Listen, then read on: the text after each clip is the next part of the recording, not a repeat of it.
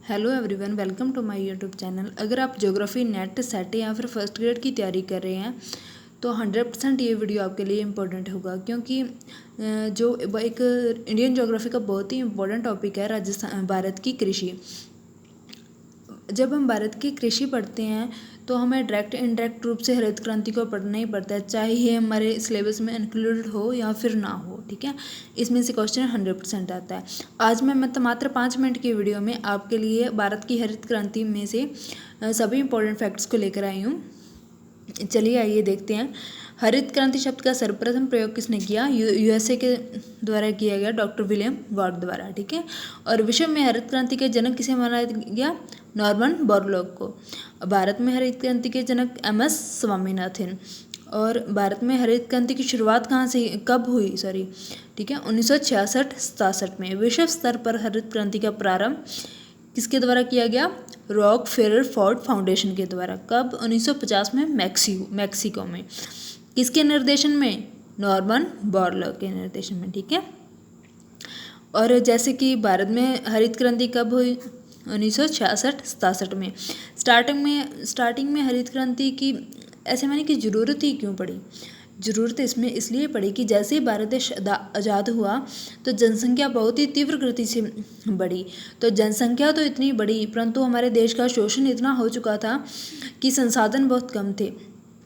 तो इसके लिए लोगों की जैसे बढ़ती हुई जनसंख्या को ध्यान में रखते हुए सर्वप्रथम जो खाद्यान्न फसलें थी उनकी वृद्धि के लिए हरित क्रांति की शुरुआत की गई। स्टार्टिंग में इसमें सिर्फ 4 राज्यों को ही जोड़ा गया: पंजाब, हरियाणा, यूपी का पश्चिमी हिस्सा और राजस्थान का उत्तरी यानी कि गंगानगर वाला हिस्सा। ठीक है, और सर्वाधिक प्रभावी फसलें कौन सी थी? गेहूं और चावल। गेहूं और चावल मुख्य रूप से थी, वैसे ज्वार, बाजरा, मक्का ये सभी इंक्लूडेड थी। ठीक है, अगर हम 1965-67 की तुलना में 2001 और 2001 में की तुलना करें तो खाद्यान्न फसलों में लगभग 17.5 वृद्धि हुई। ठीक है, और गेहूं की फसल में कितने गुना? 6 गुना वृद्धि हुई, और चावल की फसल में 3 गुना। भारत में हरित क्रांति को 2 चरणों में किया गया। ठीक है, फर्स्ट चरण स्टार्टिंग में 1966 और 67 में, और जो सेकंड था 1983-84 में, जिसमें टोटल 14 राज्यों को इंक्लूड किया गया और 169 जिलों को। ठीक है, और जैसे ये पहली बार जो हरित क्रांति कंप्लीट हुई तो इसके रिजल्ट्स हमें बहुत ही पॉजिटिव मिले। ठीक है, और इसके बाद फिर से ठीक है दोबारा से द्वितीय हरित क्रांति की शुरुआत की गई। उसे सदाबहार हरित क्रांति भी कहा गया, और इसकी शुरुआत कब की गई? 12 अप्रैल 2006 से। ठीक है, इसे ध्यान रखिए, 12 अप्रैल 2006 से।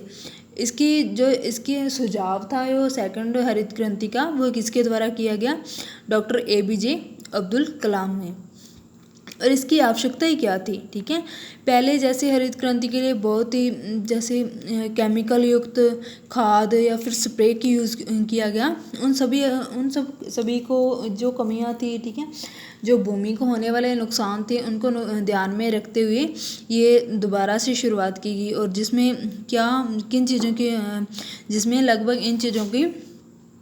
इन चीज़ों का ध्यान रखा गया, जिसमें क्या था कि जैविक और कंपोस्ट खाद का उपयोग करना। ठीक है, टिकाऊ जल संरक्षण प्रणाली विकसित किए जाने की आवश्यकता, रेन वाटर हार्वेस्टिंग अनिवार्य रूप से बनाने की आवश्यकता, और जो छोटे किसान थे, ठीक है, उन्हें उनकी ज़मीन के अकॉर्डिंग ऋण उपलब्ध कराने के लिए। ठीक है, okay guys, thanks to watching my video.